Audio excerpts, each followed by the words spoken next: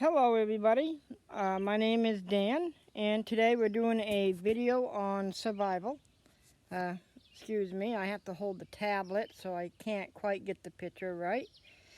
But anyhow, let me show you some of the items that I'm reviewing today. Right, and so here we are. These are some of the items that I've got. Now this right here is a free bag that I got from the NRA just by joining. I highly recommend it. You're supporting our gun rights and the Second Amendment. And you get a free bag for joining just for the first year. The next thing is, of course, the Boy Scout mess kit is what I recommend. I also put together a kit with nails and some marking tape. If you're out in the woods, you can use your hatchet, which I will show you here. It's got a nail hammer on one end and a pry bar on the other, and of course the hatchet, which I have covered up by a piece of leather right now. One of the other things I recommend is a first aid kit, and of course I got an emergency radio here for listening to programs. Of course, gloves. And here's the three top things that I highly recommend that you buy first. This is a kit off Amazon right here. It's got quite a few things in it, 216 pieces. And of course I added a few items like the knife, the Swiss Army knife I added. But it has a fold-out blade in it also, and you'll see that right here. It's got a flashlight. This thing has a paracord watch, a ferro rod. I added some creams to it, a muscle cream and, other creams. Like the cheap version of Preparation H, because those awkward bathroom moments that people have. You want to make sure to include things like that in your kit. I've got water purification tablets that I put in. So they give you plenty of room when you buy this kit to add extra stuff. I also recommend adding matches, even though they give you a ferro rod. This thing has one of those little saws that you put on your fingers and you can go over the branches with it. It kind of looks like a chain or a bracelet, sort of, but it cuts.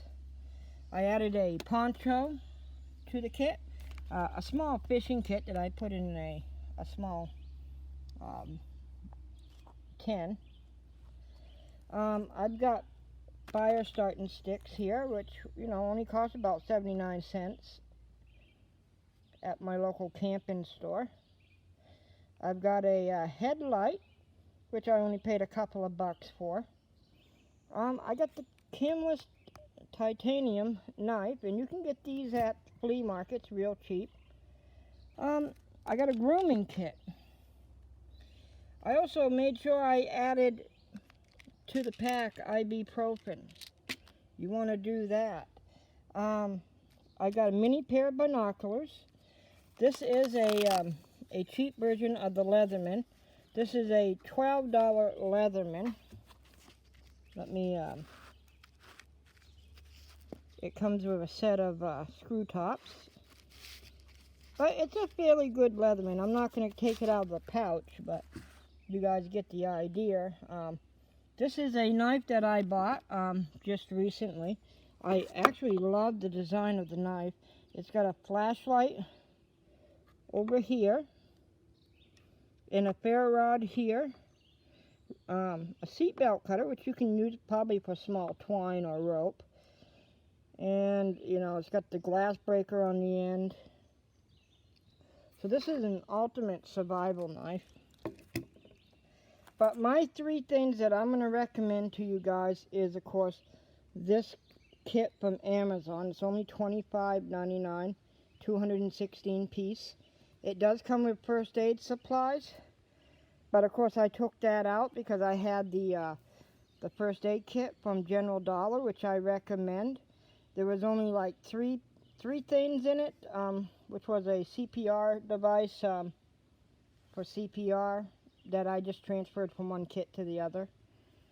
And then you have your SOS tents. These don't cost very much. You can get 2 packs for like, I think it's like 20 bucks on Amazon. You got the sleeping bags that cost about, I don't know, you can get 4-pack for, 20 bucks again. So they're wicked cheap. You can add them to your car. You can have enough in your car for your family. And this is all stuff that I've tucked under my seats, believe it or not. I've only put it on display here just to show you guys everything, in the kit. So I got a bag I can pack all this in.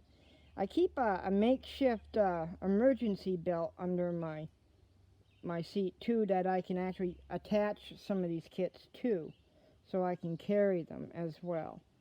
I even got a little sliding pouch that the hatchet fits in on the side. I handmade that myself out of an old 2-belt. So there's a lot of innovative ideas, but